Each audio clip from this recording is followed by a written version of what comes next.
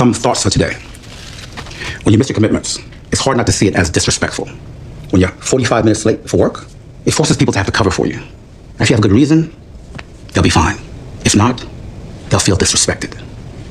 You don't need people wondering if you can do your job. You need them believing that you can do your job and respecting you for doing it well. So, let me be blunt. A big part of becoming a man is showing up. Can you do that, Isaiah? Yes, sir.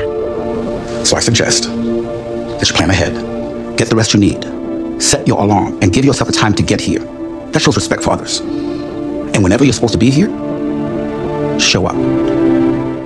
Hindi lang trabaho ang nawawala kapag late ka.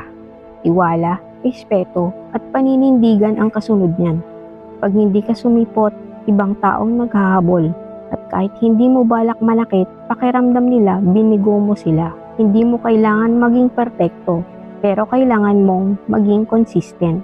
Because part of becoming a man or a woman of honor is this simple truth. Magpakita ka, panindigan mo, planuhin mo, igalang mo ang oras ng iba. Dahil ang respeto, hindi hinihingi. Binubuo yan sa bawat araw na pinipili mong lumitaw kahit pagod, kahit tinatamad. Show up every time because that's how trust is built. Whoever is faithful in little things will be faithful in much.